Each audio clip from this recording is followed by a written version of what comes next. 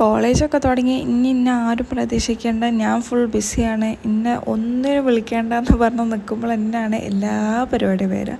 കഴിഞ്ഞ ആഴ്ച എൻ്റെ ഫ്രണ്ടിൻ്റെ എൻഗേജ്മെൻ്റ് ആണെങ്കിൽ ഈ ആഴ്ച ചെറുതായിട്ടൊരു ഔട്ടിങ് പോകാമെന്നുള്ള പ്ലാനായിരുന്നു. എത്രയോ കാലമായി കോഴിക്കോടിൻ്റെ ഉള്ളിൽ തന്നെ നമ്മളൊന്ന് ഔട്ടിങ്ങിന് പോയിട്ട് ടൂറായിട്ടും കാര്യങ്ങളായിട്ടും നമ്മൾ പുറത്തൊക്കെ പോകുന്നുണ്ടെങ്കിലും ഈ കോഴിക്കോടിൻ്റെ ഉള്ളിൽ നമ്മൾ ബീച്ചിലേക്കും അങ്ങനത്തെ കുറച്ച് സ്ഥലങ്ങളിലേക്കൊക്കെ പോയിട്ട് എത്രയോ കാലം എന്ന് വെച്ച് കഴിഞ്ഞാൽ എത്രയോ കാലമായി.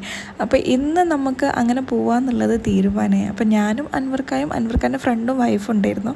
നമ്മൾ പോയ സമയം ചെറുതായിട്ടൊന്ന് നേക്ക് തെറ്റിയിരുന്നു. കാരണം നമ്മൾ ചോറ് ഇച്ചപാടെ പോയി വേഗം ചാലിയും ഇങ്ങോട്ടേക്കേനും വന്നിയത്. പക്ഷെ നല്ല പൊട്ട വെയിലെന്ന് വെച്ച് കഴിഞ്ഞാൽ ഭയങ്കര പൊട്ട വെയിലായിരുന്നു. എൻ്റെ ഓസിലിന് തൊപ്പിയും ഒന്നും എടുക്കാണ്ടായിരുന്നു പോയിരുന്നത്. ഇത് ഇങ്ങനെ വരുമെന്ന് ഒട്ടും പ്രതീക്ഷിച്ചില്ല.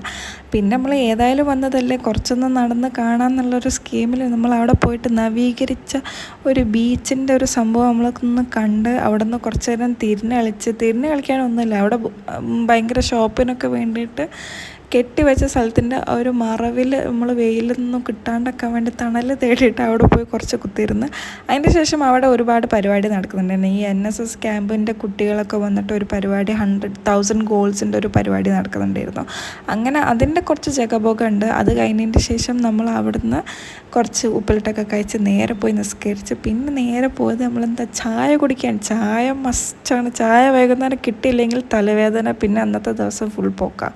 അങ്ങനെ ചായയൊക്കെ കുടിച്ചാൽ നേരെ ഹൈലൈറ്റ് പോകാൻ തീരുമാനിച്ചു. ഹൈലൈറ്റ് പോയിട്ട് വേഗം നമ്മൾ കുറച്ച് അങ്ങോട്ടും ഇങ്ങോട്ടൊക്കെ നടന്ന് അലഞ്ഞ് തിരിഞ്ഞ് ഇതിൻ്റെ ഇടയിൽ ഞാനൊരു ടോയ്സ് ഉണ്ടാകും. ഈ ടോയ്സിൻ്റെ പീടിക കണ്ട് എനിക്ക് ഭയങ്കര ആക്രാന്തായിരുന്നു.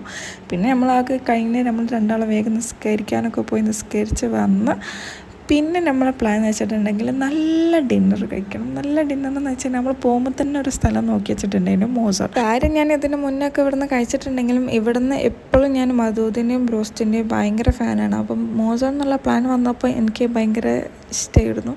പിന്നെ അവിടെ പോയി സ്റ്റാർട്ടറായിട്ട് കുറച്ച് സൂപ്പും സാലഡൊക്കെ കഴിച്ച് മധൂതും ബ്രോസ്റ്റും തിന്ന് പിന്നെ വീട്ടിൽ പോയി ബൈ സീ യു.